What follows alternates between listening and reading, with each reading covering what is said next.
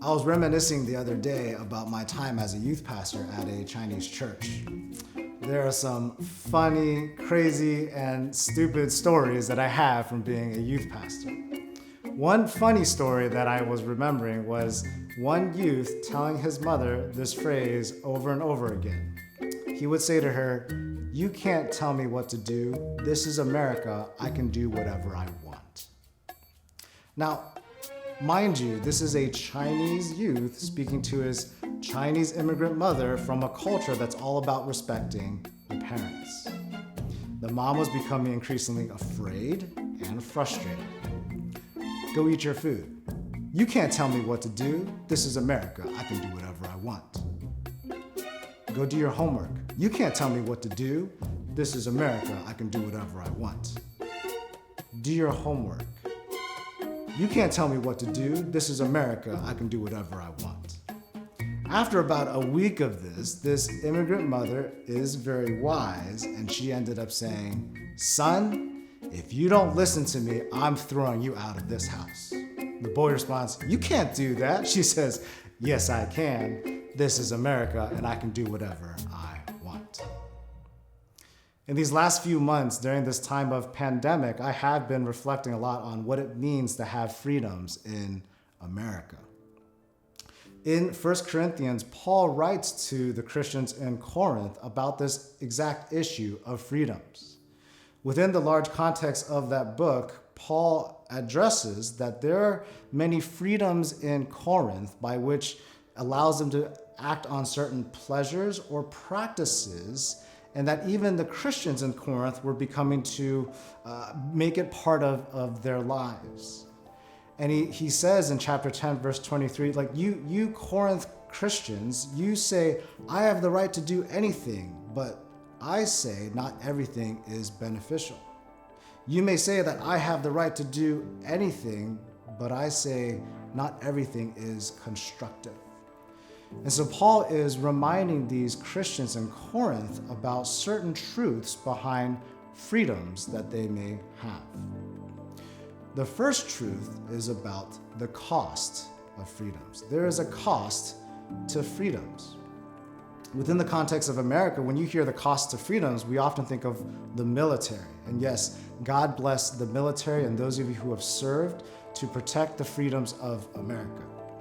And yet I'm talking about personal costs to your freedoms by which you may have to pay. In counseling, I often help my clients with decision making.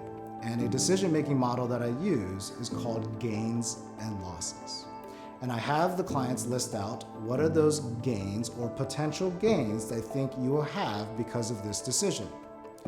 What are those losses or potential losses that may happen because of this decision?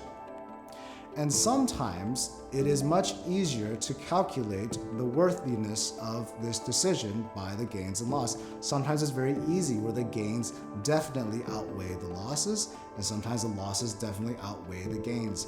But there are times that even if the losses are high, that one individual gain is worth it, but it still makes the decision all more the hard to do.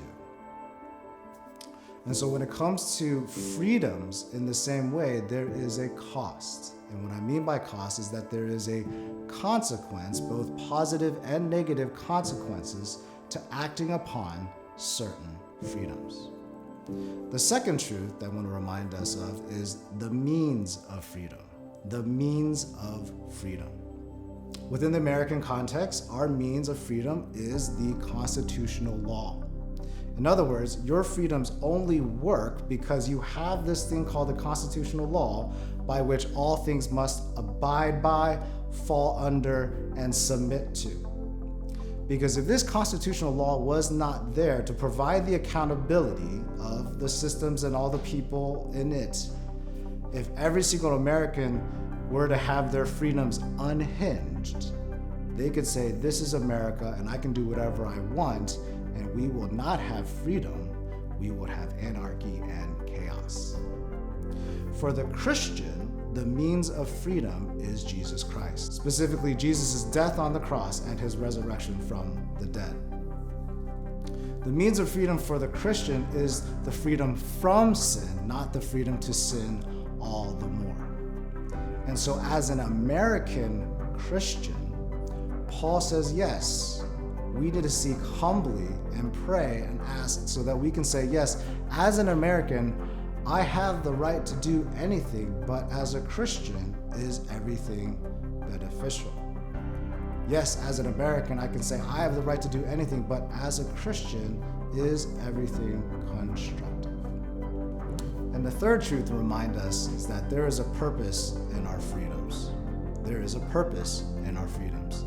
In verse 24, after he says, yes, it's true, you can say I have the right to do anything, Paul reminds us, no one should seek only for their own good, but rather seek for the good of all others. As Christians, our freedoms are meant for the sake of others, the larger community. In our case, it is for the sake of the nation. It is for the sake of our states. It is the sake for our cities and our societies, and for all individuals, all people groups within it, so that all of us may be blessed. And so I encourage for you that before you quickly act upon the freedoms that you do have, that you may consider the cost, that you may remember the means by which you have your freedoms, and that you will never forget the purpose of your freedoms, that is ultimately to show love, care, and consideration for the others, to build all of us up together in love and in unity.